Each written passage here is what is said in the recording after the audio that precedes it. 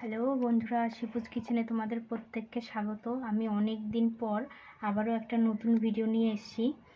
দেখো, এটা কি তোমরাই বলো। এটা হচ্ছে ছিমের বিচি, মানে পাকাপোক্ত যেই ছিমগুলো থাকে সেগুলোর বিচি। এটা দিয়ে আজকে একটা নতুন রেসিপি হবে। এর জন্য আমি ছিমের খোসাটা এভাবে ছাড়িয়ে নেব। দেখো, এখানটায় ছিমের বিচির গাছটা বেরিয়ে গেছে। এরকমটা নিলে খুব টেস্ট হয়। তাই আমি আগের দিন রাত্রে এটা জলে ভিজিয়ে রেখেছিলাম। 2-3 দিন আগে এটা আমি ছিম থেকে বের করে নিয়েছি। এটা তোমরা হাটে বাজারেও কিনে নিতে পারবে। এভাবে আমি সবকটা ছিম ছুলে নেব। দেখো, আমি সবকটা ছিমের বীজ ছুলে নিয়েছি। এভাবে সবকটা বীজ ছুলে নিয়ে এবার আমি এটা ভালোভাবে ধুয়ে পরিষ্কার করে নেব। দেখো দেখো কত সুন্দর লাগছে ছিমের বিচিগুলো। আমি জানি না তোমরা এটাকে কি বলো, আমরা তো এটাকে পাকস্থলী বলি। এটা দিয়ে আমি আজকে ছিমের বিচিটা রান্না করব। আমি মুরগির পাটা আর পাকস্থলীটা ভালোভাবে পরিষ্কার করে ধুয়ে নিয়েছি। এবার আমি এটার জন্য কি কি মশলা লাগবে সেটা তোমাদেরকে বলে দিয়েছি। দেখো, এখানটায় আমি রসুন নিয়েছি, আদা নিয়েছি, লঙ্কা নিয়েছি, পেঁয়াজ নিয়েছি আর জিরে দিয়ে ভালোভাবে এটা বেটে তারপরে আমি এটা রান্না করব। দেখো, আমি এখানটায় মাংসের মশলাটা করে নিয়েছিলাম। এবার এটা মাংসের উপর ঢেলে দিলাম। এবার এখানে আমি স্বাদ অনুযায়ী লবণ ব্যবহার করব।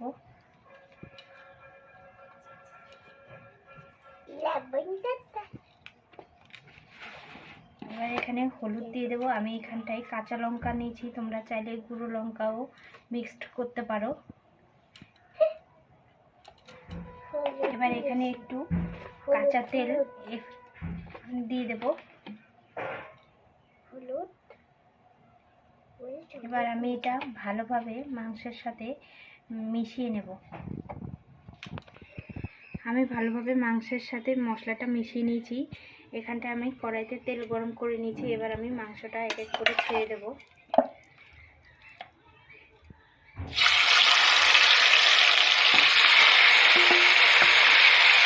আমি এখানটায় আলু অ্যাড করলাম না, তোমরা চাইলে এখানটায় আলু অ্যাড করতে পারো।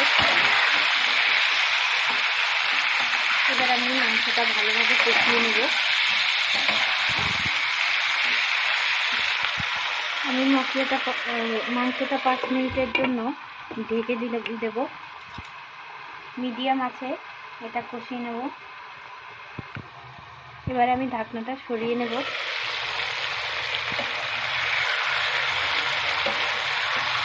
এবার আমি আরেকটু ভালোভাবে নেড়ে চেড়ে আবার ঢেকে দেবো।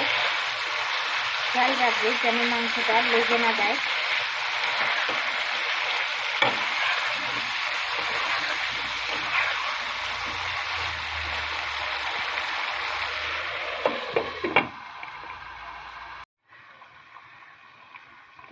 এবার আমি তুলে নেব ঢাকনাটা। দেখো, মাংসটা কষানো হয়ে গেছে।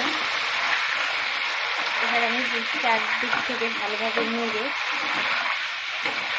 ছিমের বিচিটা দিয়ে দেবো। এবার ভালোভাবে আমি ছিমের বিচিটা মাংসের সাথে কষিয়ে নেব।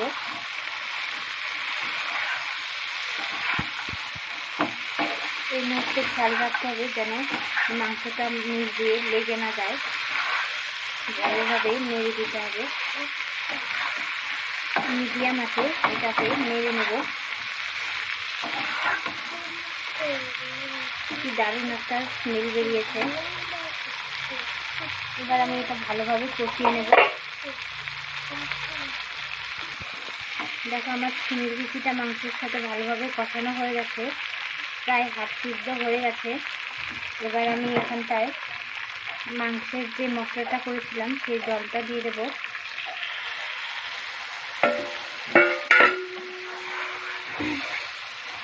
এখানটায় আরও একটু জল দিতে হবে, মানে এটার পরিমাণ অনুযায়ী তোমরা জল দেবে যেন ছিমের বিচিটা ভালোভাবে সিদ্ধ হয়ে যায়। দেখো, আমি এখানে আর একটু জল অ্যাড করে দিলাম। এবার ভালোভাবে এটা নেড়ে চেড়ে ঢেকে দিয়ে রেখে দেব যেন ভালোভাবে ছিমের বিচিটা সিদ্ধ হয়ে যায়।